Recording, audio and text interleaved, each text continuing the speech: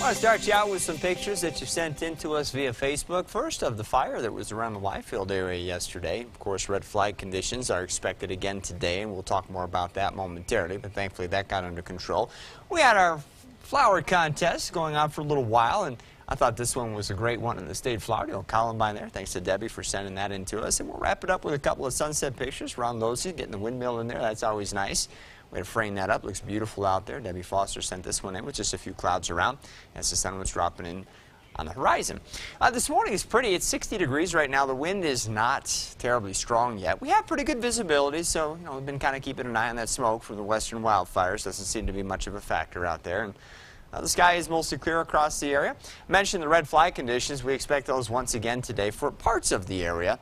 Again, when you consider the dryness of the atmosphere, the wind that we're expecting, and generally the condition of the fuels that are available, Fremont County and El Paso County are the areas where this warning is valid for, and that'll be from noon until 8 o'clock tonight. Now, clouds will be on the increase along with the wind here this afternoon as a weak cold front arrives, and Skycast shows a little green on the map, so it's an indication that there may be some very spotty, very brief showers, or at the very least a few sprinkles developing this afternoon. But with the lower levels so dry, we don't expect any significant rainfall today. Highs in the 80s along I-25. Will be back in the 90s on the plains, 50s and 60s for the mountains and mountain valleys. So while very warm, it does look to be just a touch cooler than it's been the last couple of days. Skycast tonight shows whatever sprinkles might be out there moving east of the area will clear out after midnight. The wind should back off some tonight and will be just a touch cooler, but still not bad. Lows in the 40s and 50s in most cases.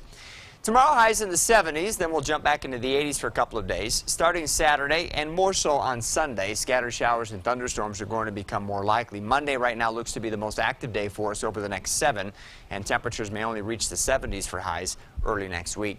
Pueblo, you'll have temperatures in the 80s the next few days, might briefly poke back up into the 90s on Saturday. We're still going to have some wind off and on the next few days as well. Thunderstorms could arrive as early as Sunday, and then more so perhaps on Monday with lows remaining in the 50s throughout the period. That's also true in Canyon City. A lot of 80s for highs here, but lower 80s next week. Storms should arrive starting Sunday and then last off and on for at least the first half of next week. Mountain communities will have highs in the 60s and 70s, lows in the 40s. Again, can't rule out a sprinkle today, wouldn't expect much. But as we move towards next week, chances for heavier rain will get better. And a little break from the heat will be welcome as well. Yeah, and the fire danger would be nice to get rid of for a little bit too. Yeah. Thanks, Marty. You're welcome. We want to check in now with